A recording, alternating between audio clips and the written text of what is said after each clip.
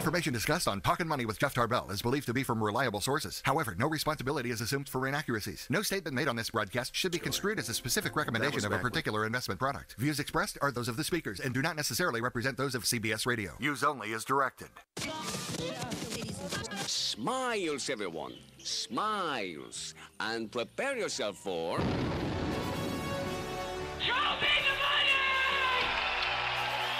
Ladies and gentlemen, the radio broadcast experience designed to keep your wallet in top condition. It's Talkin Money with Jeff Tarbell. Talkin Money. Talkin Money. More money, more money, more money. And now entering the studio, your guru for fiscal fitness, Jeff Tarbell. Right. How you doing? Yeah, that starting gun starts early today. I wasn't. For some reason, I was thinking we had to do, Fox Sports or something. I'm not paying attention here. Vince must have left early to give us a little extra time. How are you doing? This is Talkin Money. The Italian Stallion is out today. John Ferrero's on leave. Maybe he's out there with Melky. Yes, maybe. Did he fail the mandatory KCK drug test? He might have. That's entirely possible. In his place, you say your own name. Why do I always got to introduce everybody? Yeah, you don't have to. Kent Smith. Kent is in. Kent is our. Kent started coming here as a 203K stuff, and he just keeps showing up at the door like that cat. You can't, you close the door, the cat keeps wanting to come in, so he's there. He's knocking on the door. We'll let him in. I feel sorry for him. It's raining outside. That's right. It almost rained like it was going to rain a little bit this morning. I don't know what's going on. It was sprinkling a little bit at my place this morning. Yeah, so, out there, your place up in El Dorado Hills, up in Honolulu. Yeah, right. You came in from the Wailea Bay. That's right. Just got in this morning. I have so much stinking real estate stuff here. It'll make you throw up in your mouth. It makes me throw up in my mouth. Just hearing my own voice makes me throw up in my mouth. This is Talkin Money. We got phone lines open, 339-1140, 1-800-920-1140, or you can text us at 44-1140 if you want. I thought I had something. Yeah, here we go. I was going to just start out with that too. Got a lot of real estate stuff. Got some stuff to give away today. Even got a place where you can get free land if you want free land. Why buy when they'll give it to you for free? Excellent. So we'll get into that today. We are... I think this is two more shows. We do the 2 hour, and then we go back to an hour for football season to pick back up again. And you know what? I'm going to have a hard time doing an hour. Everybody used to ask me, what are you going to do for 2? And I'm thinking now, the hell am I going to do with only 1? We should be going to 3. We should just do like an all Saturday show. Just, wake up, go the whole day. We could do it. We should do a road show every weekend. Well, Hellwig was a lot of fun. But Ken was asking me how did it go up there, and it was gorgeous. But man, it was warm up there. I like to go up there to get away from the heat. Although you're not that much higher, but you're a little bit. You're generally a little bit of a heat difference. But it was warm up there last. It was ridiculously warm. But it was that place is so nice up there. Is. So nice. I left there thinking, man, you got to sell a lot of wine for these places. But they're really, and we didn't get into it too much with them a little bit. But you start to wonder, is it? Do you put a nice facility up? Are you doing that to sell more wine, or are you doing it to attract people there for events? Because that's a place where you're not just coming there to wine taste. That's an event place. They're doing the concerts. You can rent it. We rented it out for a couple of events, so it's nice. Yeah, they did a good job out there. Yeah, and they have that little hotel up there now too. They can do a little overnight. So anyway, that was fun, and we thank the people at Hellwig. And I do have a couple of the Friday night concert series, the Friday night Hellwig at Dusk tickets to give away today too, which is different than their concerts. Their concerts are like a Saturday concert. This is their, and I didn't know this. They do a barbecue up there on Friday nights, and then they have a little concert inside or outside depending on the weather. Kind of a nice deal. So we'll give away some of those today too with some more quiz questions if I can find a few more. And of course we'll take your calls and your texts should you choose to jump in there. I don't even know where to start. I guess I'll start where we started there in the conference room. Which is Kent opened up the door and said, well, how's that home project yours going? And, of course, then I barfed all over him with my comments of, next time should you, at any point in the future, whether I'm on the radio or in person, hear me say, I'm thinking about starting another construction project. For my own, I don't mind doing one if you're not going to live there. If it's a true spec project or something else, I don't care. You don't get emotionally tied in spec house, right, or a flip house. Fine, let's flip it, get it out.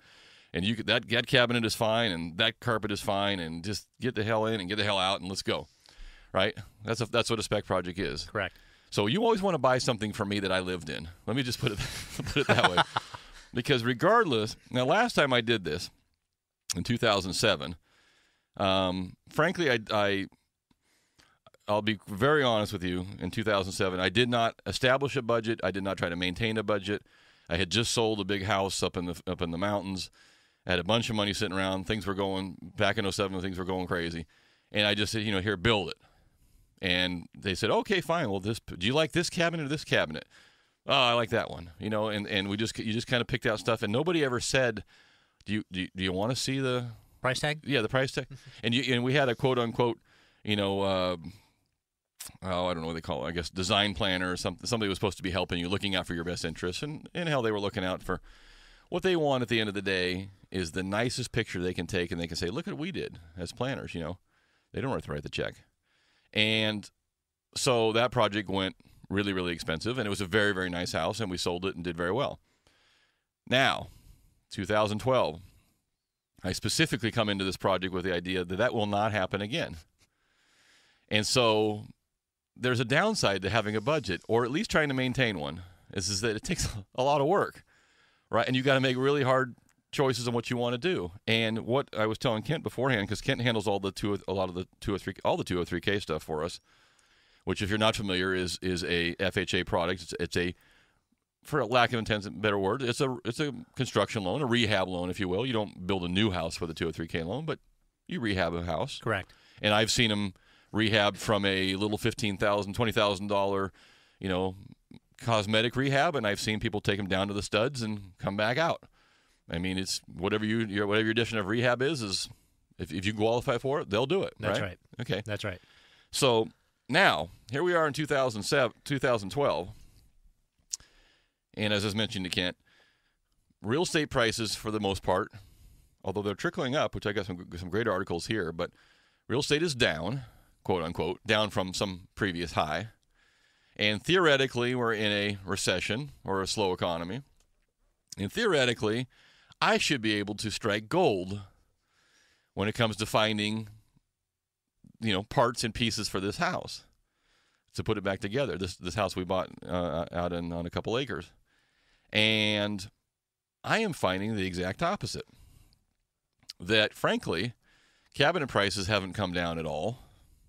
I mean, I don't think they've come down at all. They're no swinging deal.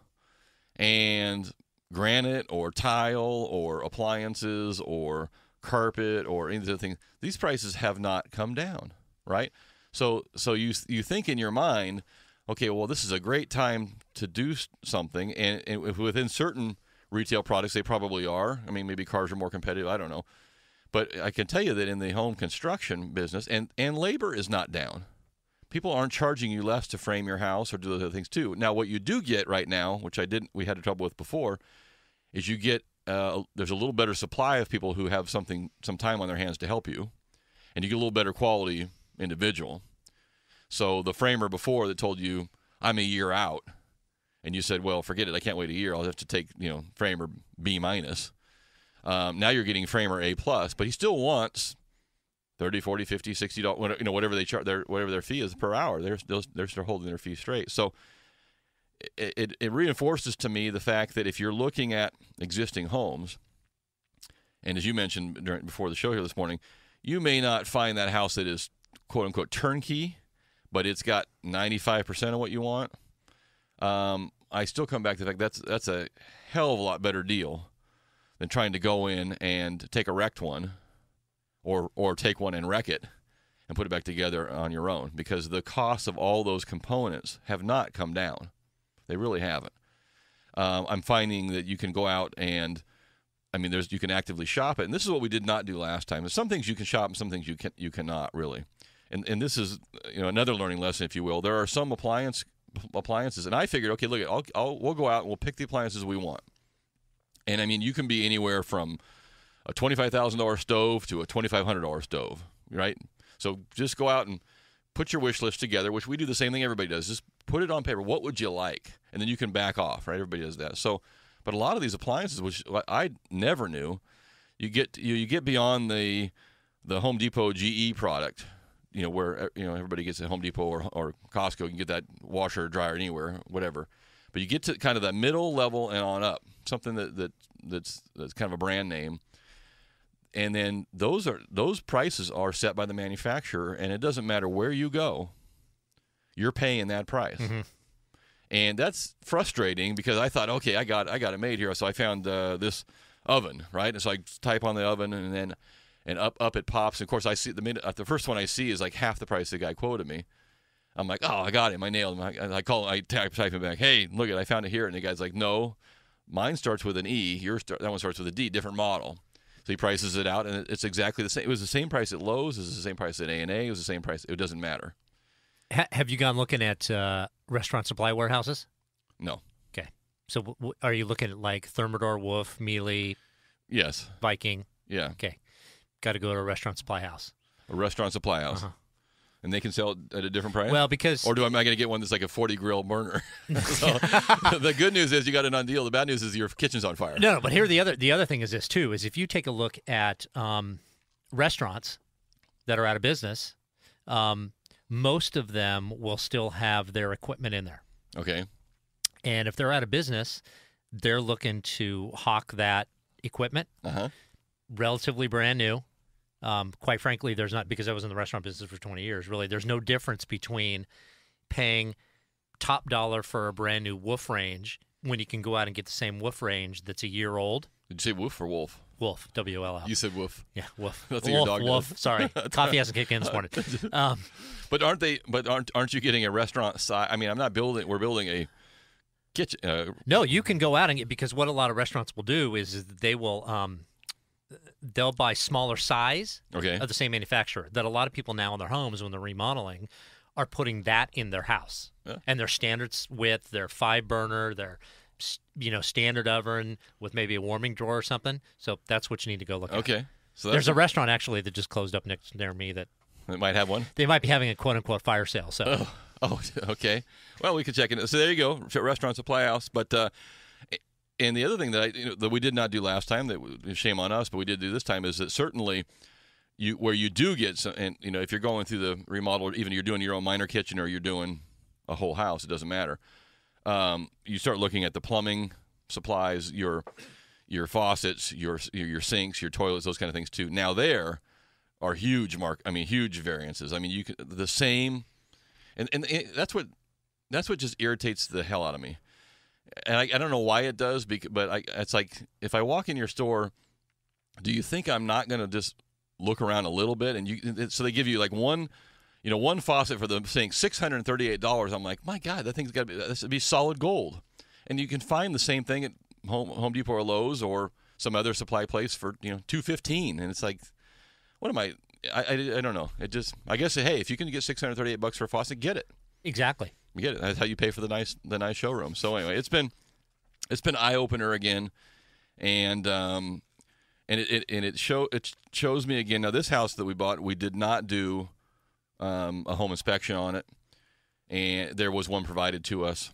And quite frankly, what we have found would have never come out in a home inspection. I mean, the kind of thing, until you take sheetrock off a wall or remove a wall or look behind something or do something to that effect, some things you're just never going to find. And that's what happens. You open up a can of worms. I am Tom Hanks in the Money Pit right now, right? You open up the wall and you're back into it. All of a sudden, everything doesn't look as good anymore. So it's been quite the eye opener again, but it'll be nice when it's done, I believe.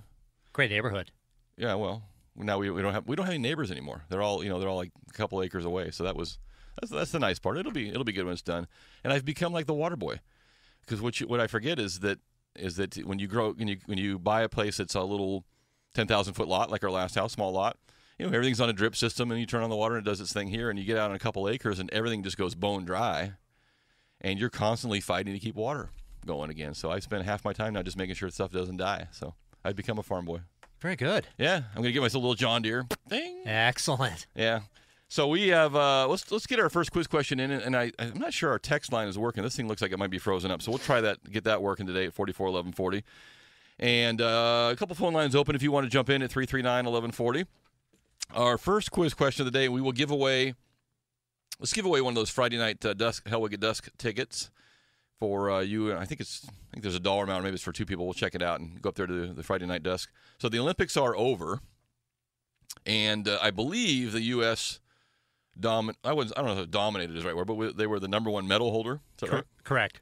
What were we 80, 90, 100 medals? 104 total. Okay. China with 87, and then Russia with 82. Great Britain with 65, and Germany with 44. Okay, so what's your quiz question then? Okay, so the quiz question is, per capita, per 1 million people, okay, which country earned the most medals? Per 1 million people. Per million. Okay. So the United States was the overall medal winner, but which country per 1 million people was the top medal winner in the so we're looking for a smaller country probably because they well, not necessarily, I guess. Not necessarily. Now, you would think that China would not be in there just because they have so many people that even if they won like 1,000 medals, they might not still be at the top. Probably not. So, which country? 339-1140, 1-800-920-1140, or you can text us at 44-1140. Which country per million people was the top? Are we talking about all medals? Correct. All medal. Okay, top medal winner. You know the answer to that. You can text us at 44-1140 if you want, or you can give us a call, 339-1140. 1-800-920-1140. If I'm missing some key remodeling tip or remodeling instruction I should be dealing with, Kent gave us a good one about the restaurant supply house. What else am I missing? Anybody know how to do any plumbing? We'll be right back. 1140, The Fan.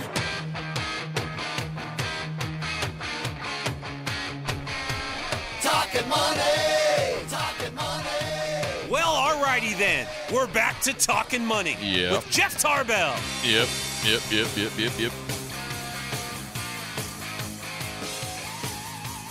Little Diamond Dave. How you doing? This is Talkin' Money. My name is Jeff Tarbell. Kent Smith is in. John Foderaro's out. Not for the weekend, at least.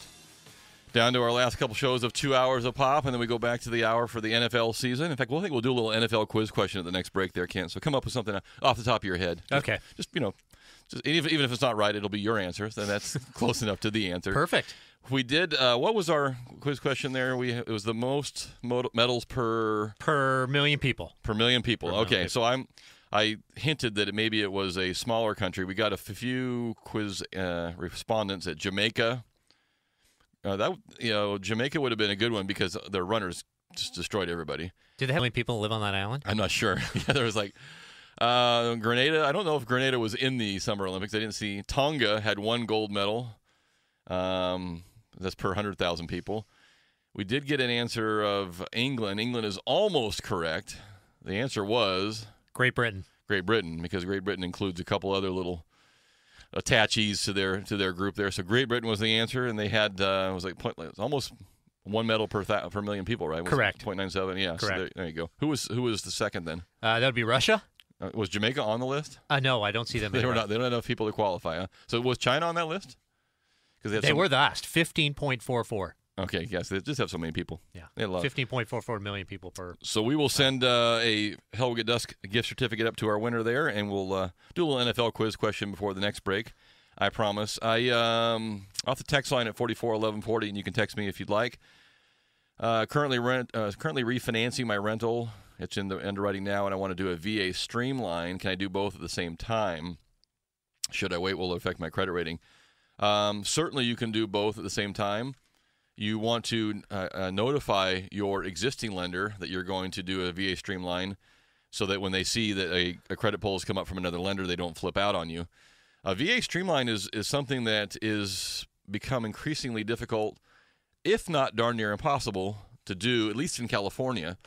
And the reason being is that, prior to, when do you think they implemented that, Clint? Was it 12, 11 maybe even, 2011? They started asking for some appraisals.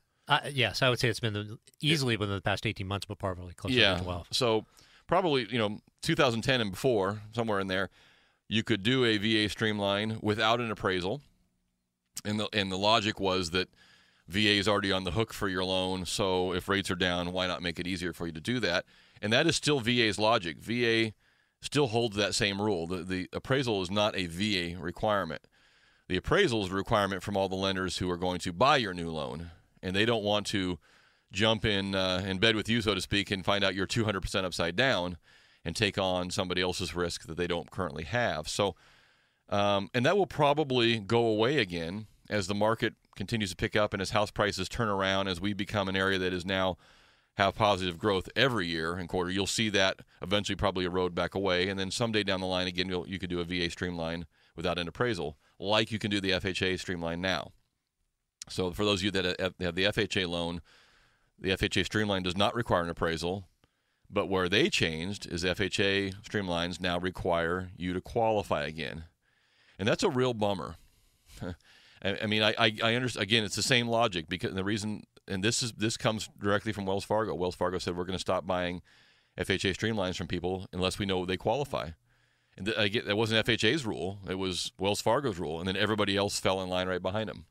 And so the logic again is that I don't want to buy your loan. I mean, you're at Wells Fargo now. I don't want to buy your loan and bring it over to Jeff Mortgage when I don't know that you just lost your job.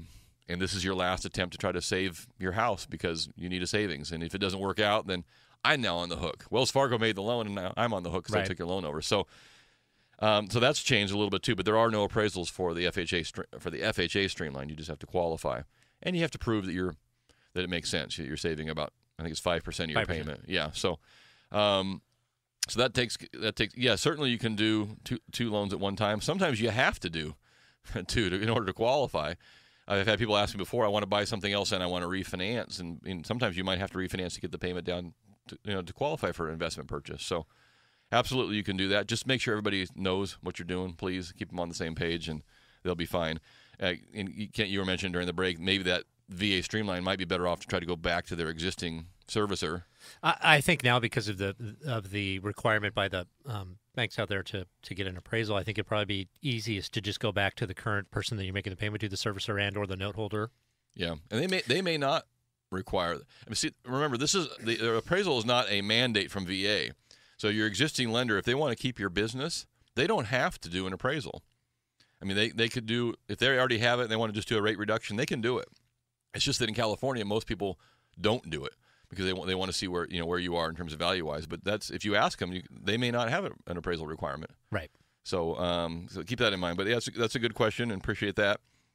We'll finish up the topic of remodeling, because I brought this is a thing. I talked about things, if I want to remodel again, please come hit me with a stick. But this is one thing that I would never do, and I don't know if you would do this, but this couple families here are really, really hurting now. So get this. This is out of Oxford, Michigan. 5 families in the prosperous community of north of Detroit. Is there a prosperous community in the Detroit area? Apparently Oxford is. Okay, so now we learned one thing today. Somebody in Detroit has some money. They're north of Detroit, so keep that in mind. The Bloomington Hills, north of Detroit? I don't know. I don't have Detroit memorized in my mind. I don't either. I don't even know where Michigan is on the map, although I know it's next to the Lake Michigan. I'm sure of it. I got that part of it down. And I think it's across from Chicago, because one time I was in Chicago, they said, don't go on that side. It's a bad side. I'm just kidding. I have a friend from Detroit. Anyway, let me get back to the story. Aren't you a Red Wings fan, too? I am a Red Wings fan, yeah. But I don't go to Detroit to watch them. I watch them out here where it's warmer. 5 families in the prosperous community north of Detroit are facing a financial crunch, not as a result of the housing slump or the weak job market, but because a blue artificial AstroTurf football field at Oxford High School. Have you heard the story? No. Okay. The Oxford High School wanted to remodel their stadium, and they wanted to put in a brand new artificial grass AstroTurf field, which, by the way, is $400,000 installed, if you're thinking about putting one in your backyard. We have a couple acres now. We could put an actual full-size football field in there. Why not? Yeah, why not? It's got to be cheaper than the damn cabinet bid I got. Yes. So, I'm sure it's cheaper to keep maintained as well. That's right. Although blue AstroTurf probably gets a little warm sometimes of the year. Because in my last house, now I'm totally digressing. My last house, in the backyard, I had this little section. I mean, it was probably 12 by 30, okay? Little section at the bottom that just, I could not grow grass there. It would not grow. It was either mud or muck, or the dogs were going to the bathroom. So I put in fake grass. which everybody thinks is total WT. I had some in the back of my El Camino also, but this is a little nicer grass that I had on the side of the house. And I put it, but I tell you right now, that stuff in the sun. I was wondering, the dogs don't want to go to the bathroom in the afternoon. Well, no, I went out there one time barefooted and damn near came out. I mean, it was hot, super hot. So you have to be careful if you put artificial turf in the back of your El Camino. Make sure you only go in the evening because it gets real warm during the day. But that's another story. There you go. I'll come back to that. I'm putting some new rims on my El Camino too, and a cassette tape player in it. It'll be awesome. The $400,000 in field installed. How about 8-track? You don't put 8-track in that? Well, yeah, I guess you could put one in the back. Sure. Yeah, if you could find an 8-track machine right now, that would be so sweet. Because I would bet you $50 if I could hand my daughter an 8-track and an 8-track machine, she can't get the damn thing to work. Probably not. It would be like, what is this square thing? Anybody got any 8-tracks for sale? We'll take them at $44,1140. You're not letting me finish my story. Quit messing with me. The $400,000 field installed a year ago was financed by a booster group. Okay, so a group gets together. We want to improve our high school. We're going to put in this new blue. I mean, look at that thing. That thing is bright blue. Oh, that is almost like cow blue, right? Oh, wow. Yeah. So we're going to put in this bright blue field for our high school. It's $400,000. We're going to raise the funds to do it. So they're get together to put a little booster group. We're going to raise the money to do it.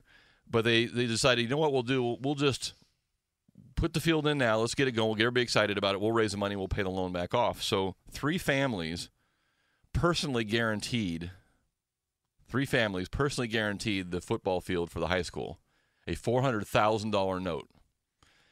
To date, the Booster Club has raised $100,000, and 5 members, which personally pledged to cover any shortfall, are on the tab for $300,000, which they now must write a check for.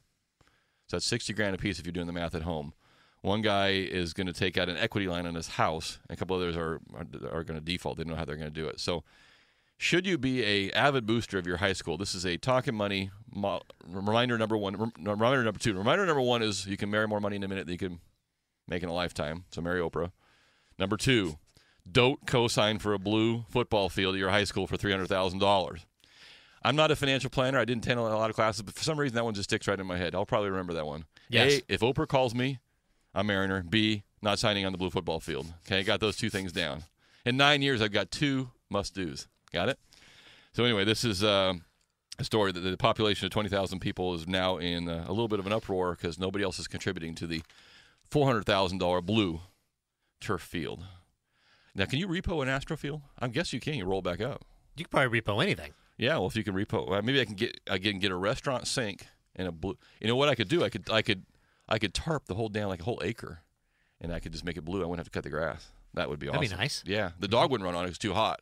But a football game would break out right in my front yard. We got to take another break here. This is the problem when we go back to 1 hour. We have already now killed half of the show, and we have done absolutely nothing in 35 minutes. And that is what this show is about. Absolutely nothing. 339-1140. 1-800-920-1140. Hold on a second. We do get a text. Let me read the text here. And I have to be very careful because it comes out of my mouth as it comes out of my brain here. No, I'm not reading that one. So I'm glad I read it just a few seconds ahead because that's from the 530, and he's on me every Saturday, which is fine. I like this text. This is a show between him and I only, but I'm not reading that one on the air. So anyway, our quiz question there, Kent. What do you got? Okay, so since the NFL season's coming up shortly. Yep, already started kind of. Yes, it kind of already did. And some teams are looking good, some teams are not. Anyway, let's do we'll do both, actually. Okay. Top and bottom 5 NFL teams based on 2011 season average game attendance as a percentage of the stadium capacity. Man, I'm lost. Okay, let me repeat that again. So they either the guys who filled it up the best or filled it up the worst? Correct. See? There you go. This is how radio works. You got to put it in simple terms. Like that's how my brain works. So who had the most attendance? Who had the least? Yeah. So top and bottom NFL teams based on their 2011 season average of attendance per the percentage of the stadium capacity. Okay. So could you have a? Okay, I don't want to give anything away, but are there any there that are over 100%? Oh yes. Okay. So you could. So yeah. So in fact, all the top 5 are over 100. Oh wow. So standing room only. Mm-hmm. Okay. So and the bottom 5 are interesting. It's not. If you were to ask me this quiz question and I didn't have the answers in front of me, I probably would get 2 out of the 5. Really? So you're like Alex Trebek now because you think you're so damn smart because you got the answer in front of you, right? Well, it's interesting when we come. When we give the answer, we'll I have back. not seen the answer, but now that you tell me that there's some over 100%, I think I know who one of them might be. So 339-1140, 1-800-920-1140. You can text us at 441140. Give us either the top team in terms of attendance or the bottom team in terms of attendance, and we will give you we'll give the first winner a Mix It Up gift certificate for the free one-day beverage rental. Mix It Up. We'll do that, and we'll take a first and a second place. We'll come up with something else. I'll give them some Gym Boys for place number 2. This is Talkin Money. My name is Jeff Tarbell. We'll be right back. 1140, the Fan. Talkin Money. And we're back. It's Talkin Money with Jeff Tarbell. Right. How you doing? I love reading the text during the break there. That's why I get up in the morning. Jeff, you actually had an El Camino. Admitting that is the equivalent of bragging about being the best kisser in your family. Well, being the best kisser in your family is different than having your dad say you're the best kisser in the family. So you got the joke wrong there. 339-1140, 1-800-920-1140. We're going to let our quiz question go a few more minutes while I take a couple calls here. So we did get one answer off the text line. We'll give that. And you don't have to answer all 5. Just give me one. So we'll take this one winner from the 916. His guess, I'm guessing, for the worst 5. Now, Kent's question was the percentage of occupancy, basically, at the stadium, if you will. Correct. Okay. So the bottom 5, this person's bottom 5 was Oakland, Jacksonville, Cincinnati, Miami, and Cleveland. We don't need all 5, but one of those was the worst, right? Correct. Okay, which one was it? Cincinnati. Okay, Cincinnati was the worst. I would have guessed Oakland, and I guess I say that because they put a picture of Oakland on the paper. Mm-hmm. But Oakland's not on the list? No. So it's not top 5 or bottom 5? No. Okay. So we'll give that person their choice of either the Mix It Up gift certificate or some Jim Boy's tacos. Either way, we'll leave open the number 1, and go ahead and give us the percentage of the number 1 stadium. Number 1 was 107.4. Oh. So 107% of capacity, which means 7% of the people are standing or serving beer, one of the two. So which football team is that? And they have had their fair share of news this year. 339-1140, 1-800-920-1140. Let's get on some phone calls here. Let's get to Mark. Mark, welcome to Talkin Money. How you doing? Good. How you doing, Jeff? Good. What's happening? Hey, I got a question for you. I have a friend that's doing an FHA Streamline refi, but they also have one of the TDAP seconds, silent seconds. Yes. My question is, and I can't wrap my brain around this, the rationale of it. It almost didn't get approved at subordination of the second because Cal FHA wanted to see a hardship. Yep. And I don't get that when all they're doing is lowering their interest rate and saving $350 a month. It is asinine. In fact, it is so ridiculous. It is. That I had a client of mine who was doing the same thing. We got him all approved, ready to go, and he was going to save $250 a month. And he had a CHDAP second, and CHDAP declined him because he was not a hardship case, because he didn't have a decline in his income. He wasn't about ready to lose his house. And I went round and round with CHDAP. I went to the point where I told the client they should either call it the local TV station or a reporter and figure out what the hell's going on. This is ridiculous. And CHDAP sent me their paperwork, and really it's not the agency CHDAP. The Cal FHA. They're following a guideline written by the senator, someone under the big White House there in Sacramento, that wrote their own rules, and their rules were very explicit to say, you have to be on the verge of foreclosure or show some decline.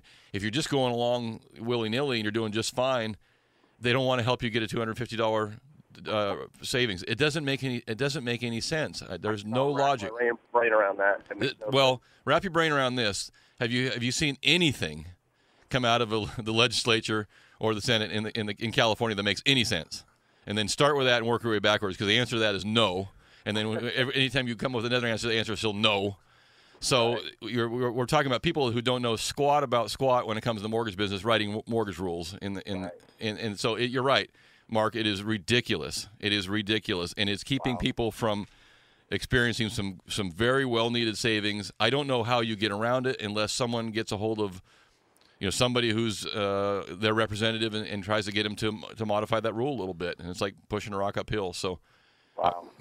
Mark, hold on. Hold on a second. That's a good question. We'll give Mark some Jim Boys there on line 1. Let's go to Dave. David, welcome to Talkin Money. How you doing? Hey, Jeff. How's it going? Good. What's happening? Hey, I'm with my bank wants to give me a loan mod on existing loan, and my primary house, I have about 5 years left They want to offer me 2.5%. Just want to see if you think it's a good opportunity for me to take to jump on it. Okay, so they're gonna offer you a loan modification or a refinance. A loan mod. So what does that mean to you? They're going to lower the balance, or they're going to change the term and the rate? Just change the term and the rate. Okay, and I got about 5 years left to go. I got 65 more payments to go. So how much do you? A little over a year. Okay. Over 5 years. How much do you owe? 76. And what's your rate now? 5.35. Okay. I wouldn't do it only from the standpoint. First of all, and what's the place worth? Probably about 275 to the low threes. So why would they offer you a loan modification when you have 5 years left on your loan and you've got all kinds of equity? That's my question. Who's the lender? Chase. Something doesn't sound right. First off, I wouldn't do it for a couple reasons. If it's a true loan mod, then it will hit your credit as a consumer modification of your terms, and that can be a derogatory on your credit if you're trying to do something else. So I wouldn't. So from that, if you only owe $70,000 and you're going to drop, say, 2.5% or 3% on a $70,000 mortgage, it's not going to be a huge savings. You don't need it. And did they call you or did you call them? They called me. Yeah, that is so weird. Why? So you must not have a Fannie or Freddie loan, and it must be one that it must have just popped up on one of their lists of, these are the loans that we will try to do something with. I wouldn't do it. I mean, if they're really offering you a modification, and the reason I say it is I had a couple other clients that were just like you, who were upside down or close to it, and who were approached by Chase. They didn't call the borrower, and they were not made aware that the Chase was going to report, and I'm not sure if it's just unique to Chase or anybody. They were going to report it as a true modification, and it says on the credit report, modification offered to customer, some verbiage like that. And that means that in the real world, technically, you have to wait 3 years after a modification. It's treated similar to a short sale or a foreclosure. You have to wait 3 years to do some other real estate financing. So if that's the case, I wouldn't do it. Okay. I wouldn't do it. Yeah, I was also thinking that the amortization of the loan, now the interest that I'm paying is so low. Yeah. At this stage, that if I jump into a new loan, they're gonna, first of all, they want to put me into a 10-year package. Yeah. So I wonder if they're just calling it a modification. Really, they're just going to refinance you. But I mean, why go back to 10 years from 5? I wouldn't do it. I guess if it were me, I don't think the benefit outweighs some potential other risk, on top of the fact of just reamortizing your loan over an extra 5 years, which doesn't sound like you need to do. Yep, that's what I was thinking. So. Okay. All right, Dave. Thanks a lot. Appreciate it. Good luck to you. Thanks. All right. Thanks, man. Yeah, I don't know. I don't get that. It was probably just like, Chase goes through their portfolio and says, okay, we're going to go spit up a call sheet or a spreadsheet and we're going to kick mailers out or make phone calls to everybody. Yeah, it could be. So and someone else had asked me probably 3 or 4 times this week, are we starting to see any of the, or what is the plan or the option for the non-Freddie, non-Fannie, non-FHA, non-VA, basically the true portfolio loans? What are the options for us? And the answer is there aren't any designated options yet. If you recall back a couple months ago, maybe 3 months ago now, there was a fairly large settlement in terms of cash and or other terms from some of these servicing banks that they paid up a bunch of money, but they were also supposed to designate funds toward targeting people that were upside down that did not have another option to get them out. But you know what happens, right? The press goes away. The entity, whoever sued the banks, gets their money. And they're like, oh, yeah, well, go do that. Go do that. I mean, there's no financial incentive for anybody to keep their thumb on them and say, get it done. So now there is a plan we'll discuss in the second hour here by Jeff Merkley, who's a senator out of Oregon, to help some of those people that do not have the Fannie Freddie stuff, which is a total slap in the face to the plan that his other cohorts are trying to do to get rid of Fannie and Freddie.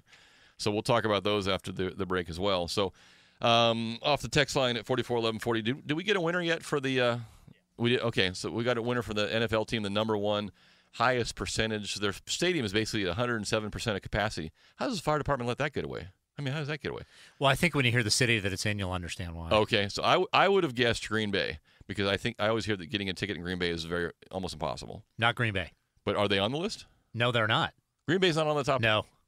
You're lying to me. No. You can't read. I know. Okay, so who is? Give me your top. Go 5 to 1. 5 to 1. So number 5 at 101% is Chicago. Chicago. At number 4 at 102.1 is the Indianapolis Colts. Okay, that makes sense. Number 3 at 102.3 is the city of brotherly love. Yeah. Philadelphia. Okay. And at number 2 at 106.9, Big D, Dallas. Oh, and that's a big building to fill. That is a very big building. That's a lot of people's. That is a very big building. Okay. And at number 1, the Big Easy, New Orleans. So New Orleans was the number one winner. 107.4%. Real quick, who are the worst 5? We knew. I thought the Raiders would be on there, but they're not on the. Oh, I thought, and I'm a huge Raider fan. I thought they'd be at least number 1, but they're not. Okay. Anyway, so bottom 5, St. Louis at 85.4. Is that still called TWA Arena? I don't know. Anyway, Buffalo, the Bills, 84.8. The Washington Redskins at 83.9. See, that's the one that surprises me because I thought that they were. Now that's another big stadium. Though. FedEx Field, yeah. It's capacity is about $90,000. Okay. You got to assume that the Beltway boys would be able to. Yeah, the ticket prices are outrageous. I hear, but go ahead. Miami at 81%, and then bottom of the list is Cincinnati Bengals at 75.2. Okay, there you go. So Cincinnati was your loser, and New Orleans was your winner. Correct.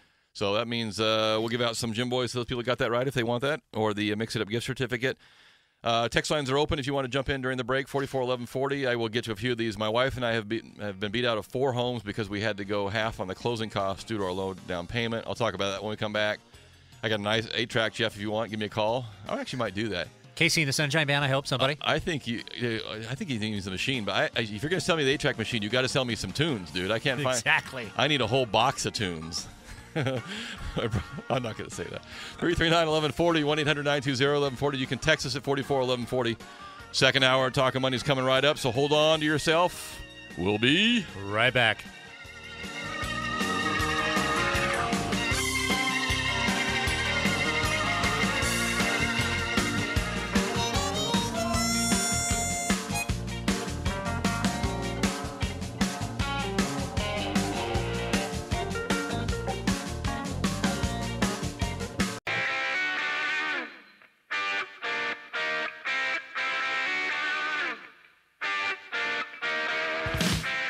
Talkin Money.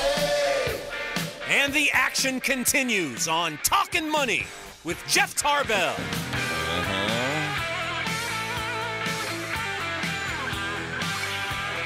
This will be the part of the show that doesn't exist in a couple weeks. Can you go back to bed? Yes. How you doing? I shouldn't stomp in on the Def Leppard riff like that. I should be. A little hockey news for you, just in case. As you mentioned, I am a Red Wings fan. Red Wings down 2-0 to the Pittsburgh Penguins, second period in the 2009 NHL Finals. We could probably bet on this one and maybe come out ahead. I'm not sure. I don't remember. Actually, I don't remember who won. I'm guessing it was the Pittsburgh Penguins in 2009. They're doing a flashback. How you doing? We got a full, all kinds of texts coming in. No, I do not know how to solve any problems if you get stuck in a Georgetown bar. That from my friend at the 530. We're going to have to actually have that individual come to the studio one day. Under handcuffs, probably. Or maybe one of our live shows, we'll have to track him or her down. I'm assuming it's a him, but he's with that text, I'm believing that would be a him. So, Poor Reds up in El Dorado would be a good. Yeah, a good cure for that. Yes. Gold Cadillac margarita. Yes, there you go. Little Golden Cadillac. That'll cure anything. From the text at 441140, got a lot of them. I'll try to get through some of those as well. Hey, welcome back, by the way. This is Talkin Money. I'm Jeff Tarbell. Kent Smith is in. John Ferrero is out on vacation. I think actually think he's at a wedding somewhere, but that's his problem, not ours. Hope he brought a good gift. From the text line, Jeff, my wife and I have been beaten out of 4 homes because we wanted to go half on the closing costs due to our low $10,000 down payment. Okay, so I'm guessing that had you paid all the closing, maybe they wanted a closing cost credit. Maybe we're not just talking about 50-50 on the title and escrow charges, but I could be wrong. But yes, that is a problem, or is a challenge, I should say, for any buyer. If you're keep in mind, you're asking this, all a seller cares about is the net, right? If you offer me $1 million for my house and you ask for $990,000 in closing fees, I got $10,000. Right. So, I give you $1 million for your house. Well, you gave me $10,000. So all a seller is going to look for is that's in the bottom line. I hear this all the time. Do I have to make an FHA offer? I'm getting beat out because I'm asking them to pay some of your closing fees. You don't have to go FHA. I mean, you can go conventional, but if you still need a closing cost credit, you still need a closing cost credit. That means you're asking the seller to pay $3,000, $6,000, $9,000 to you, which is $3,000, $6,000, or $9,000 they're not going to get. So they're just looking at the bottom line. My suggestion would be if you have a low down payment and you need some closing cost credit, is there anybody in your family you can get a gift from, even if you're willing to repay them? I mean, some people say, hey, it's a gift, but I feel morally obligated to pay my family back. Fine. It has to be written as a gift. But if you want to pay them back, fine. But if there's a gift potential there, I'd start exploring some of that. If not, you may have to look at a little lower down payment and keep a little bit of money around for some closing fees. So that's it. But it is. There's no question. It's tough. Every article I have on this table here with me today talks about home prices going up and home sales going down. And there's one reason. There ain't enough stuff to buy. And you're competing with, particularly in the price range you're probably looking at, you're competing with guys and men and women and companies that are buying houses as rentals. They're coming in all cash, boom, turning them into rentals, and they're getting beat out. It's extremely frustrating right now, extremely frustrating, particularly when rates are so good. House prices are so good. So it's a supply and demand. There's not an easy answer for that other than buy a little less house price or put a little less down. FHA is 3.5% down on a $200,000 house. That's $7,000. You got 10. You're getting pretty close for some closing fees and maybe a little bit of help. So you can try to offer a little bit more, so you kind of give the seller. So if they're asking $150, you offer them $155 with the $5,000 credit, but it has to appraise for $155, and that can be tough. So yeah, I totally empathize with you. It is not easy right now to do. From the 916, Jeff, we're currently in escrow. We're having second thoughts about the house. How long can we go before we can back out of the loan? I hear that a lot. If you're using a typical, Association of Realtors contract, pre-printed contract, which you are, there are some pre-printed dates in there which give you an out for any reason. For example, 17 days is a very common number, right? Correct. 17 days, you can do what? You can do – go ahead. Back out. It's basically contingency for appraisal, contingency for loan approval. Home inspection. Any reason. You don't – Kent's right. You don't have to even come up with a reason. You can just say, we don't like it. Right. We don't like it. So most of your contracts are written with a couple other clauses also. One of them is a financing contingency clause. So if you go past the 17 days – and you're rolling along and the house looks great, you want to buy it, your lender comes back and says, you know what, we can't do the loan. And it could be for any number of reasons. Maybe you just lost your job, in which case maybe you don't want the loan. But for whatever reason, the lender says we can't get the loan. There's a financing contingency in there that says that, hey, if we can't get a loan, we can back out. FHA goes one step further, and FHA has some other forms that say, hey, if the house doesn't appraise and or if it appraises and the underwriter cuts the value back, you cannot hold the borrower responsible. We still can let the borrower out. That's called an FHA amendatory clause, another form. But let's just say that none of that happened.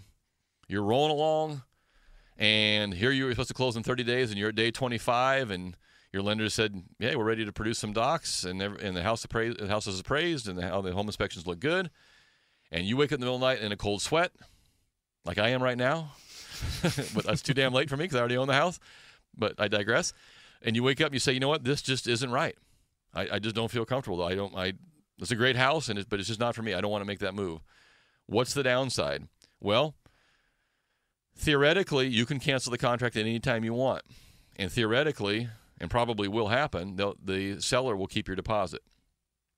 And there's a little box that says, hopefully everybody signed it, that says liquidated damages clause, which basically tells you and the seller, if you back out for any reason, they can keep your deposit, but they cannot come back after you and sue you or come after you for any other damages. And that's the beauty of that liquidated damages clause, is that it kind of caps your exposure at whatever your deposit is. So be prepared to lose your deposit. And now you'll know why a lot of sellers will ask you to increase your deposit more and more and more, right? If you come in and write it for $500 deposit, they're going to ask you to make it $1,000 or $1,500, or I've seen them as high as $5,000. They want to keep you in the ball game, yep. Or get you out early, get you out in the 17 days or keep you in. So you're not obligated to buy a house you don't want to buy, but you may lose your deposit. And I think that you should be immediately notifying everybody that maybe this isn't going to go so well, so they can start working on a backup offer. And they'll probably have no problem selling it to somebody else. They'll probably keep your deposit. From the 916, I lost a home in 2008 in Reno. There was a settlement for homes foreclosed on during this time. Now B of A states FHA opted out. What do I do? I lost a home in 2008 in Reno. So I'm guessing that you're thinking maybe that there's some sort of settlement back to you for some money because you lost your house to foreclosure that time. I'll be honest with you, just let it go. I mean, you lost your house that was 4 years ago, trying to get on some sort of settlement, which always seems like the only people that make any money on the settlements are the attorneys that are doing the settlement. You get your check for $3.58. I would say mentally cut bait and just be done with it. The penalty for you for losing your house as far as buying another one is over 3 years, assuming your credit's decent. I haven't heard of any sort of settlement. I'd let it go. Okay, there's our 530 again. And he said he will come down and come there, but he won't come on the radio. He says something about an orangutan and a trumpet. I'm not sure what that all means, but I'll let that one go. So, that leaves us some text line and some phone line at 339-1140, 1-800-920-1140. You can text us at 44-1140. If you missed hour one of today's show, again, you've missed mediocrity for a full hour, but you can catch that on. We do podcast these shows every week on Monday, and if you follow me on Facebook, you can pick it up there as well. And one of the things I was talking about was part of the remodeling project that I'm going through. And Kent Smith, who's here with us, does a lot of that through our 203K program at Comstock Mortgage. And we'll talk about that a little bit, too, some of the things you're seeing. Okay. But one of the things, and the reason I bring that up was this article here. One of the things I was doing this time, as opposed to last time, is getting off my lazy rear end or back on my lazy rear end and getting on the computer and looking for some things, just kind of pricing some of this stuff out. And I came across this article the other day, which I brought up in conjunction with shopping online. And I think we'll see this fairly quick. This was interesting because I was not aware that there was some federal rules as far as not having to collect tax. So, one of the big advantages, let's be honest, when you buy something online, is that A, they'll probably ship it to you for free if it's fairly substantial, and B, in many cases, you don't have to pay any tax. So there's no shipping, no tax. So if I can just sit here and order it, I don't got to go drive and pick it up. It's not costing me to ship it, and I'm saving 7 or 7.75%. Boom, and you get a good price on top of that. Well, apparently, this whole collecting tax and not collecting tax and who can do it and who shouldn't do it goes way back to, and I'm guessing it says Quill Corporation, which I'm guessing is Quill Pens versus the state of North Dakota. There was a settlement back in a 1967 decision in terms of collecting taxes from state to state. Well, so this has been kind of the law that everybody's been kind of hanging on to, saying, well, I don't have to collect tax in interstate. I don't have a store in your state of California. I don't have to collect any tax.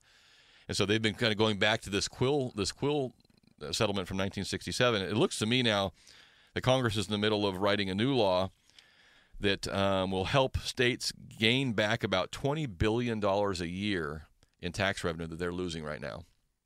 And have any of you received? I got this on a business level. I've never got it on a personal level. Have you received anything from the state of California saying they want to impose a use tax on you, or you have to fill out what did you buy online this year? Have you got that form? No. So that is their way of coming back to you and saying, well, we don't care if we didn't get the sales tax. If you bought, X numbers of dollars worth of stuff that came to you from the state, you owe us a use tax on it. And so, but everybody puts zero. There's no enforcement capability to it. It's very hard to do. So they're not having very good luck doing that. So these are the states that are actually, there's only a few states that will probably be without a broad-based sales tax and will not be seeking to collect, an online tax. And this is it: Alaska, Delaware, Montana, New Hampshire, and Oregon. That is it. Everybody else is getting into collecting the sales tax. And of course, now that Amazon has agreed to kind of settle up and help do that. It'll be a little easier. But keep in mind that this will probably only apply to a business that sells between $500,000 and $1 million a year in product. So if you are selling, the Kent Smith widget, and you're doing great for yourself. I mean, I'm doing $150,000 a year in sales, and this from my house. This is awesome. You will probably not have to be collecting state sales tax. So there'll be some kind of a cap on it. But $20 billion a year is being lost, in revenue right now, and these states need it, and there's no question about it. So it'll be interesting to see if that. So I guess my text question for you today for the second half of the show, 441140, is if you have to pay sales tax, are you still as willing to buy online? So is that really the kicker for you? Is that what puts you over the hurdle? You say, okay, I'm saving 7.5%, because I think that you can. I'm fairly certain that you can, if you go to any retailer around here and say, hey, look, I found the exact same comparable product, and I can have it shipped to me for free. Would you be willing to match it? I would say 9 times out of 10 they probably would come very close to doing that. So now that you're going to have to pay sales tax online, does that mean you're more willing to just go to the local realtor and pick it up today? I don't want to wait 7 to 10 business days. I just ordered some stuff before our big houseboating trip, and it came 2 days after I left for the houseboating trip. I didn't get it. So, now I'm like, okay, now it's sitting in my closet, it's sitting in my storage unit all winter because I didn't get to use it for the one big trip we wanted to use on it. So I'm like, I should look for one of those things locally. And I didn't, I'm not sure I did it to save tax. I don't know why I did. I guess I saw it online. But so on our text line today, 441140, if everybody across the board has to collect state sales tax online, are you still as willing to buy online? Assuming, of course, you can get a similar price locally or get it. So what is the advantage to you to do that too? So we'll let that hang out there today. We'll pick a winner out of that at 441140. We'll send them one of the Mix It Up beverage rental, one-day beverage rental from the Mix It Up group. I appreciate that. So we'll let that float around there a little bit. I thought I made some other note here. Nope, I guess that was it. 1967, the Quill Corporation. So I got a lot of real estate stuff today. And I mentioned during the first show, we can actually, if you want some free land, anybody want to feed your own free plot of land, we'll come out with a railroad and we'll give you a job with a railroad and give you a plot of land. Well, this still happens and I'm sure this is a thriving metropolis of Beatrice, Nebraska. I have not been to Beatrice. I'm sure I'm going there. It's on my list of things. It's on my bucket list. On the bucket list. Very good. On my bucket list. Beatrice, Nebraska. In 2010, in the face of a faltering local economy, the small plains city decided to boost its tax rolls by reviving the Homestead Act. The Homestead Act is offering free land to anybody who will stake a claim. All you got to do is come say, you know what, I'll take it. They started this in 2010. This still exists today. So if you want some free land, forget Roseville. Beatrice, Nebraska is happening. I think if we get a McDonald's going there right now, we'll own Beatrice. But then, so here's the deal. There's always a catch to everything, right? Beatrice waives $5,000 in payments for plots of land if the settler agrees to obtain a building permit, construct a home within a year, and live in the home for at least 3 years. And Beatrice did what Detroit is talking about doing. They went into their city and they just leveled a lot of the old dilapidated properties and plots of land. They put them up. So the new act, which was written back in 1862, is now in effect in Beatrice, Nebraska. So I guess you got to build a house, though. It doesn't say how big of a house. Where's Beatrice, Nebraska? I'm not really sure. The internet is not working here. But if you know where Beatrice is and you want a free plot of land, you must build a structure. And I'm guessing, don't go to the same place and get your cabinets that I've been going to, because the cabinets might be worth more than the land if you get to that point too. We got to take another break. Do we have any more quiz questions over there? No. No? No. Hold on a second here. I thought I gave you a couple. 339-1140. We got through. We did. Okay. Oh, here we go. I'll use this one from Apple. Speaking of products in which you cannot shop around and get, does Apple do the same thing? You can't, the iPad, oh, yes. The iPad is the iPad is the iPad. You cannot get a discount on it? Apple and HP. I mean, HP is famous for doing that for their printers, where they'll tell their distributors, okay, the price is XYZ. And that's the price, huh? That's the price. If we find out you're getting rid of it from lower than XYZ, you'll be selling XYZ. That's right. Yeah. Okay, so here we go. So this is this comes out. This, I don't know if anybody else is following it because there's not a lot of news about it, but this whole lawsuit between Apple and Samsung is very, very interesting.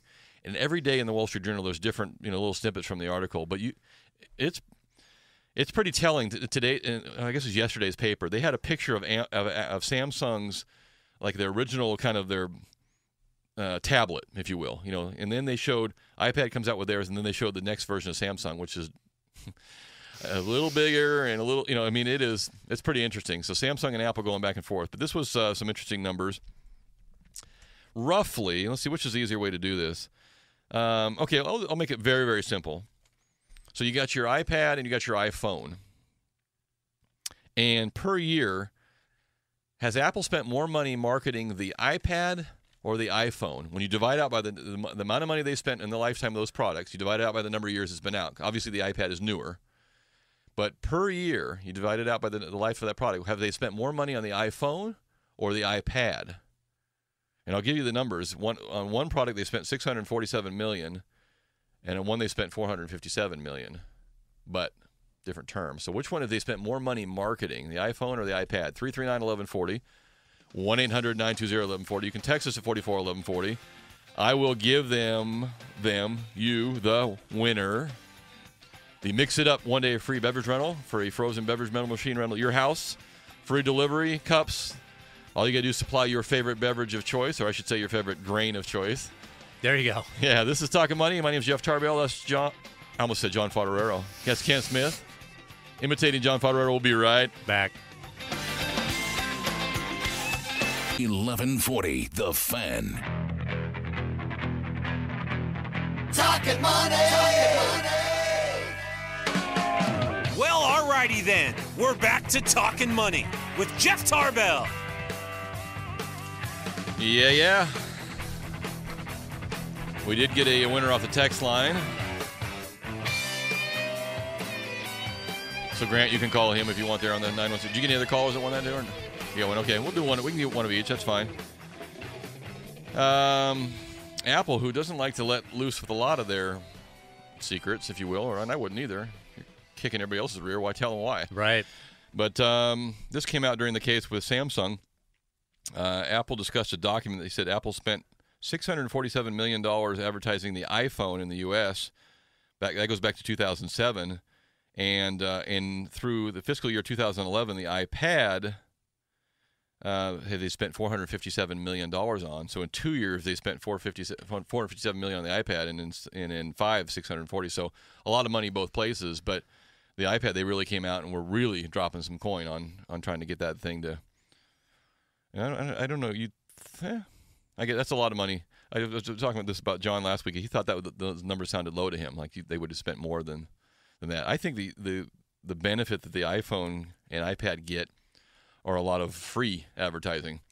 Meaning, sure. Meaning just all the publicity about the news crews come out and show you standing in line waiting for the iPhone 5, which I will be doing. But actually, I don't stand in line for it. But when it comes out, I'm getting one when it comes out. But that's all. They don't pay for that. Come on out. Look at the lines of the iPhone. Right. So they get a lot of extracurricular activity for free, if you will. We got a couple phone lines open if you want to jump in today. 339-1140, 1-800-920-1140. I mentioned to begin the show I had a boatload of real estate stuff, and I'll climb into a little bit of that if you want. I did note a couple things. I mentioned last week something's happened at the Sacramento Bee. What's that? They're actually doing really good article. So somebody over there is really they're doing some research and writing some good stuff. And I thought this must be from what's the date today? 18th. Okay, so this goes back a couple of weeks, I guess. I've been carrying this around. I got in the business in 89. I got in the real estate business about 89, and got in the mortgage business about 2002.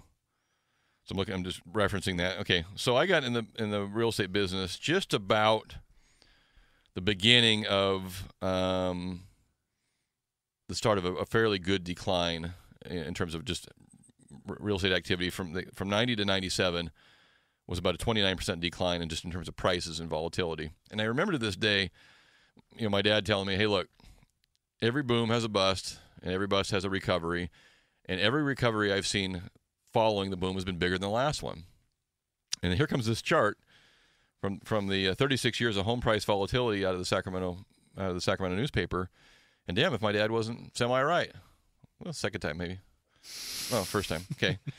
But you go back to 1976, they had a little boom from 76 to 81. Prices were up. A short boom from 81 to 84. That's when I was in high school. Down. Then the next one up was up 48%. So went from up 37 to down to back up to 48, then down bigger, and then up bigger. The biggest boom we've had, which ended in 2006, from 97 to 2006, a plus 135% in house prices. And now, of course, follows that the biggest downturn of the last 36 years, minus 53%. And the article, is throwing out the question, okay, does that mean that, so every time we've gone down, we've gone up even bigger? Does that mean the next one we're going to be even bigger? And they quoted Carl Case from the Case-Shiller Index, and he said, no, it doesn't mean we're going to have a big boom again either. But I thought it was a very telling article, because what are we missing now as you come, and so first of all, we're not done with this drop down yet, right? I made a note here that said, the first little dip was for 3 years, the next one was for 7 years, and the next one doesn't have an ending date yet because we haven't come out. And I put 10 ? Because when you talk around people in the industry, almost routinely you hear this 2014, 2016 range. Well, that puts you 8, 9, 10 years. 10 years into it, and I depending on area, I think our area has been doing a little better. In fact, you look at some of the articles, a lot better. But in terms of and this is an article about Sacramento, so maybe we won't have to go quite 10 years. But nationally, I mean, people were talking about a 10-year window, a 10-year decline. And I don't see the corresponding, continuing rise in terms of another boom bigger than the last one. And I think partly because we don't have the same group of people that will be in the the home buying group. This represents a baby boom, right? This is a climb of people who are homeowners. You take people that were born in the late, mid 30s or early 1940, they would have been, 35 here, they'd have been 45 here, and they'd have been, almost 60 here. Well, that's pretty much when you're kind of done. After 60, you're kind of done on buying new houses and doing things. You start going the other direction. Maybe we'll see a bigger boom in the smaller downsized places or condos, but I don't think you can anticipate, okay, when it comes back next time, it's going to come roaring back. There's just not enough people. And the people that are around, still around buying houses have a fairly good memory. And I think what's encouraging is I travel around to some of the different high schools, and I do a credit class and a mortgage class in different high schools on a kind of a one-off basis. But these kids, and I'm talking about kids that are now 16 to 20, have a very, very clear picture of what happens when you screw up. Because their family did it, their neighbor did it, their brother, their cousin, somebody in their life, very, very close to them, if not them themselves, has been thrown out of their house. I use that derogatory, but out of their house, lost their house, had to move, live on a block where every other house was for sale, and that is their own version of it's just going to burn a memory in their head. It's their own. When Wall Street melted down, and your grandfather said, "You got to save every penny." Kind of the Black Friday. It's just that's going to stick with them. Hopefully, it'll stick with them. Hopefully, it doesn't keep them from buying houses, but at least it will stick in their head. Hey, wait a minute. I better do something realistic here. And I'm very encouraged by the kids that are in high school now and coming up, and maybe they'll maintain that mentality and not get themselves in such the spotlight that their parents and grandparents did. So, but interesting article. I'll see how this tracks out. I did note that the Wall Street Journal quoted Sacramento again. We get quoted a lot in the Wall Street Journal, good or bad, and this one was fairly, I guess you could call it good. Housing shortage slows sales, and that was the article coming out of the Wall Street Journal. Sales of previously owned homes fell 5.4% in June from May, and that is one of the biggest declines in a long time. And they quoted Sacramento. Median house prices rose in June for the fourth straight month, up 7.9% from a year ago. Sacramento foreclosure sales down 72% in Phoenix and 46% in Sacramento. So sales of foreclosed homes. And we talked about this last week. There aren't any more foreclosed homes because the short sales become so popular, so well received, and so done so well by the banks that it doesn't get to foreclosure. So you're not going to see a lot of foreclosed homes, but I don't think they're tracking short sales in that category either. But there's not a lot of short sales either. Right. There's just not a lot of stuff to buy. So that brings us to this. The good news for those of you that did get a home or got in on one, particularly the last period of time, we're seeing rates now, percentage increase in value of your home depending on neighborhoods, up as much as 7% in a year. That's pretty good. And here's the zip codes that didn't do so good. And I don't know where all these are. So if you're in one of these zip codes, call me and tell me why your neighborhood is not doing so good. And Kevin, I'll get to you in just a second, I promise. So these are the zip codes. Now, so this is the map out of the Sacramento Bee, August 16th. This is this week. July home price trends. Everything in blue, light blue, or yellow is good. And that map is pretty much blue. It is. A little bit of yellow. But here's some of the zip codes that just have not caught up yet and have still had some price declines. 95693, which is down in South Sacramento County. I don't know what that is, if that's Elk Grove or where that is. Up in El Dorado, 95672. And 95864, which is generally, I thought that was like the Fab 40s area, is generally an area that does pretty well. So I'm a little bit surprised. So there's basically three main zip codes in our three-county area that have just lagged a little bit, but everybody else has had price appreciation, in some places up to 10%. So what we're seeing now is lack of demand, or lack of supply, increased demand, prices go up. And the lack of those low-end houses, that stuff that was all 100 to 200, is going to be the stuff that picks up the most in terms of value, I think. So we'll come back to that in a minute. Let's go. Kevin's been holding here patiently. Hey, Kevin, welcome to Talkin Money. How you doing? Oh, doing good, Jeff. That's interesting. I saw that same thing in the Sacramento Bee, and I was surprised because I'm in 9564. It's actually Arden Park, Sierra Oaks. Oh, that's right. Yeah, right. And I really thought my little area would go up, but I wondered, Jeff, and you know this a lot better than I do, is it because a lot of these Arden Arcade has turned into rentals, so the properties, maybe the money hasn't gone into them as if it's a homeowner and it's going to be a rental? So maybe they haven't put as much money into the house before they turn it into a rental, or they flip it? Yeah, that's because that 95864 extends north, off of Fair Oaks Boulevard. So you have a cluster of that kind of Sierra Oaks stuff that's really nice, but a low turnover, right? Because you don't see a lot of that stuff sell because people don't want to leave. Right. So the high-end houses that are in there aren't turning over. And then you go north up Watt Avenue, and I think Kevin's right. You're starting to get into some of the houses that are being flipped and being turned over and are less desirable, and they're becoming tenant-owned properties. And that's probably right. You're probably just seeing an anomaly, if you will, of just the stuff that's selling is kind of the low-end stuff that's being flipped or being sold. So that's probably a good point, Kevin. I knew the 95864 sounded familiar, but I just couldn't put my head on it here on the radio. So. Well, and they're very similar in the fact that, the best stuff in 6.4 is like the best stuff in 1.9. I think both those, and there's probably a couple of more out there, too, where they're kind of the cream of the crop when it comes to Sacramento. You got McKinley, you got Land Park, you got Arden Park, Sierra Oaks, Sierra Vista. There's probably about 3 or 4 I haven't even listed. I got to ask you, Jeff, I'm getting in on this VA loan, and I'm probably going to take you guys' phone number before I get off the phone if it's okay. Sure. Man, I did a loan a couple times on this. Well, one other time on this house I refinanced, maybe 8-10 years now. And I'll tell you, there's definitely a benefit of having your person, and maybe you've gone over this before, having the mortgage company you're working with or having the people you're working with in your own town.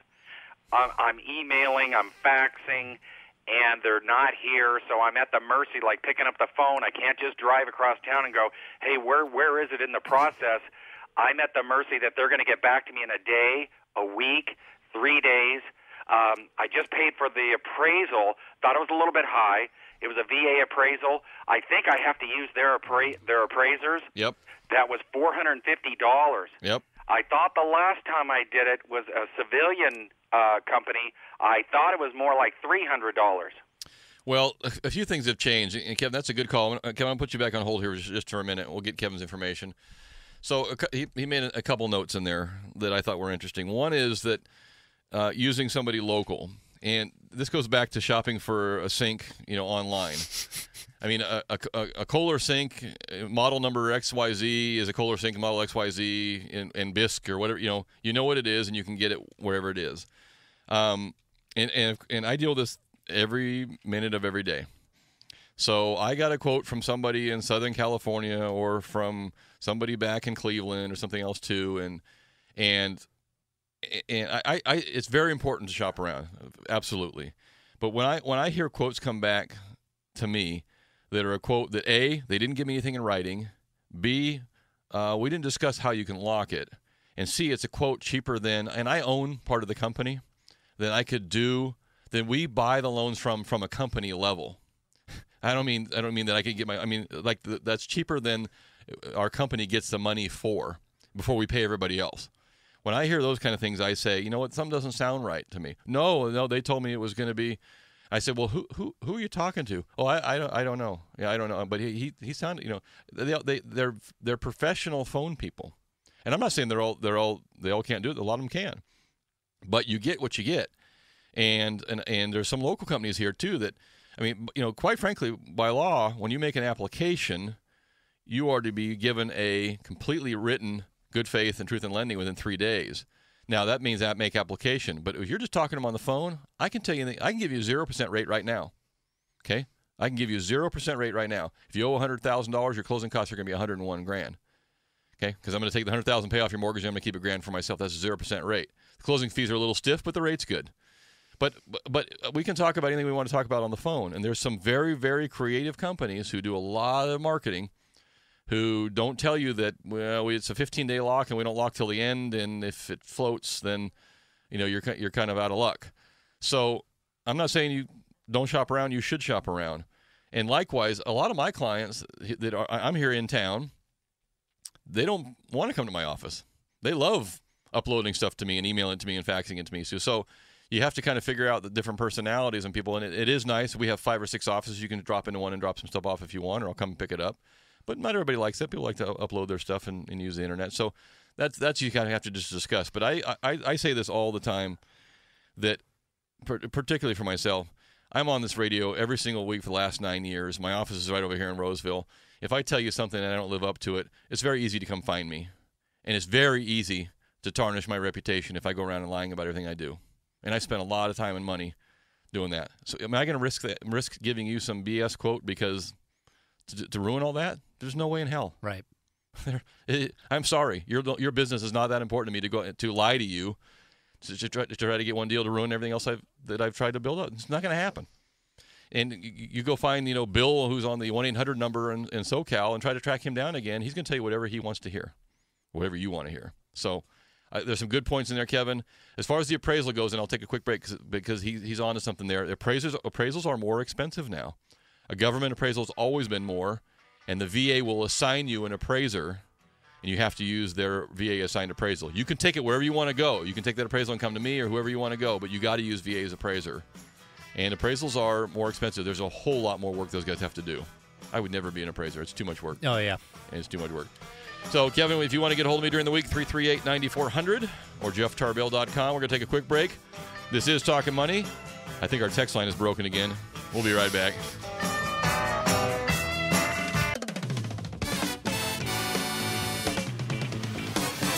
.1140 The Fan.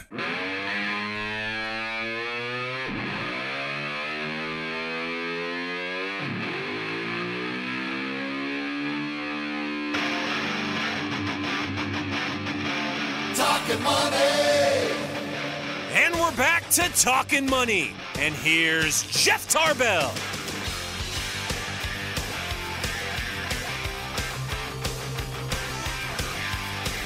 Right. Final segment of the day. How come I still have all these articles in front of me? Like, what have we been doing? I'm not very good. I'm focusing on the task at hand here. So I was just reading a couple articles, and we'll get to a couple people on phone here real quick. 339-1140 if you want to jump in, or you can text us at 44-1140. That was not a plant, 530. This one was interesting. Is the real estate rebound for real? The numbers point to a lasting recovery in the housing and commercial property markets and how to invest wisely. This is talking about basically stocks in terms of office space, home builder stocks, new construction, real estate investment trusts, and home prices all on the increase. And I made a note. The only reason I brought this up is I made a note to myself, what happened to the monster, ever persistent, about ready to kill us commercial loan meltdown that was coming? Remember, that was supposed to be even bigger than the residential. The commercial meltdown was going to, if we thought the residential was bad, we haven't seen anything until we see the commercial meltdown. Did I sleep through that one? Maybe. I haven't seen it. And I can attribute it to one thing. If maybe it's still out there and it hasn't reared its head yet, but you think you would hear more about it if that were the case. I attribute the fact that it was probably forestalled or put off or minimized by one thing and one thing only, and that is the term called personal guarantee. A commercial loan is made based on, the income stream of the property generally, but also is backed and guaranteed by the personal financial backing of whomever is in the partnership or partnerships. And believe me, when you sign those, as someone who signs those on other things, you will do everything possible to avoid having someone call you to write a personal check or sell your house or sell you're on the hook for those loans. So what you do, if things are kind of sucking wind on your property, which they all are for everybody, you fight through it. You take a little bit of a loss on a monthly basis as opposed to taking a huge loss and going in and having to make good on the loan. Right. And I think that's a huge difference. And I think we brought this up on the show before one time. If I was a lender and I was willing to I'd be willing to give you a little lower rate if you'd be willing to sign a personal guarantee. And everybody always thought that my note and deed of trust was my personal guarantee. I mean, up until a few years ago, that's what we all assumed that you were guaranteeing. But I mean, really, where I can come back after you for any other funds you have, would you sign that on a home? Let's say if the interest rate was a quarter difference, probably not. But let's say that rates are, a couple of years from now, rates are 7%, and I offer you 5.5% for personal guarantee. Would you do it? Is that enough? I foresee a day where that will be one of the options. There will be some carrot and a stick type of a deal. And the reason I say that is that there is such a move on right now to get rid of Fannie and Freddie. And the article here talks about now how the federal government has mentioned yesterday, they are no longer going to even pretend that Fannie and Freddie are going to exist beyond 2018. Every dollar they make, they're not going to let it sit there and build up profits. They're going to sweep the money right out and take it out. So Fannie and Freddie are going to go away, which is good and not good.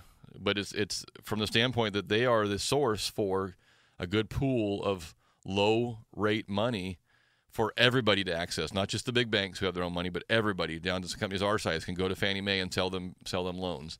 If that goes away, then that's a supply and demand issue again. There's less demand or less supply of money, same demand, and so now I got to go out and sell the loans to somebody else, and the rest of the world may say, hey, we don't want 3.5% money.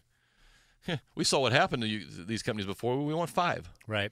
But I'll be willing to give you 4% if you're willing to sign a personal guarantee, so I don't lose on this thing. So I see a lot of different creative things coming out as we go down the road in the next 10 years. There's stuff that we haven't even thought of yet, or come from other points of business. So be interested to see what happens there. Let's get to Mark. Mark's been patiently holding. Mark, welcome to Talkin Money. How you doing? Good morning, Jeff. Hey, Fannie and Freddie's gone, but Barney and Rebel's coming in. Yeah, that's for sure. That is for sure. Good old Barney Frank.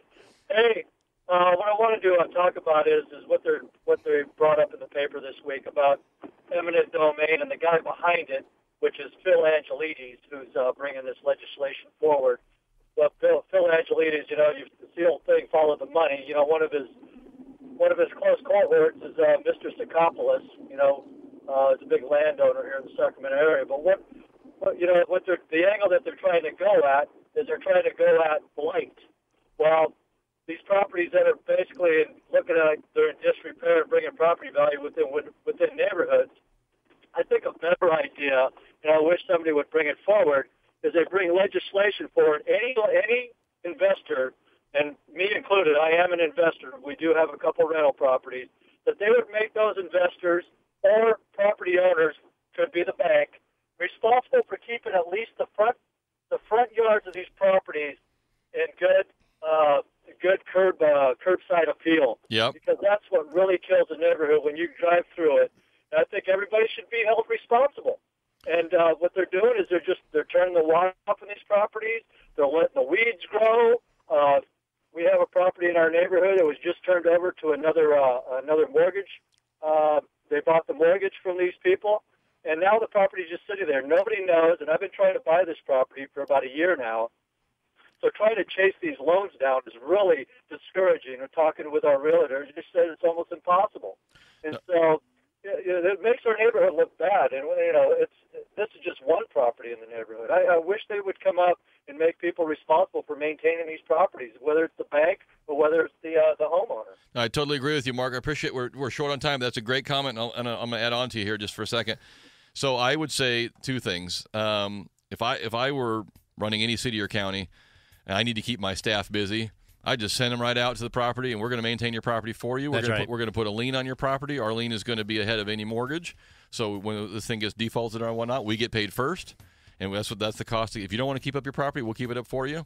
We're happy to keep our employees running along here. But the whole thing that this eminent domain is going to try to reduce blight is a load of crap, because the loans they're going after specifically state that they're only going to go after loans that are current. And people that are current on their homes, their houses aren't in blight. And this is nothing more than a cherry pick. We're going to cherry pick out the good mortgages. We're going to split the profit with the local communities, the local cities and governments, and then we'll look like heroes, and we'll keep some more money in the coffers of the city and the county. This thing is a farce. And I got two other F words to go with that. If this thing goes through, it will be the biggest debacle that we have ever seen, and it will severely harm the ability to get financing going forward in this state. And so don't fall for it. This eminent domain thing is a crock, and I'll give you other words later. And that is it. So what do you think? We should go to the eminent domain or not? No, absolutely not. Hey, 2 hours are done. I got to get out and do some yard work. Do you? A lot of it. Yeah. I'm going out to Amador County to go to Fiddletown Cellars. You ever been out there? No. Okay. Fiddletown. Got to head out to Fiddletown. Joe Shebel. Okay. Is a winemaker out there. They Nice. make about 2,000 cases annually. I'll take 1,000. Joe. Okay, I'll call Joe. Let him know. But for any of you that are looking for a great wine, custom wine, Joe Scheibel at Fiddletown Cellars, great wine. All right, enjoy yourself. That music means we're it. We'll see you next, everybody. You can catch this show at JeffTarbell.com or our Talkin Money Facebook page. Aloha.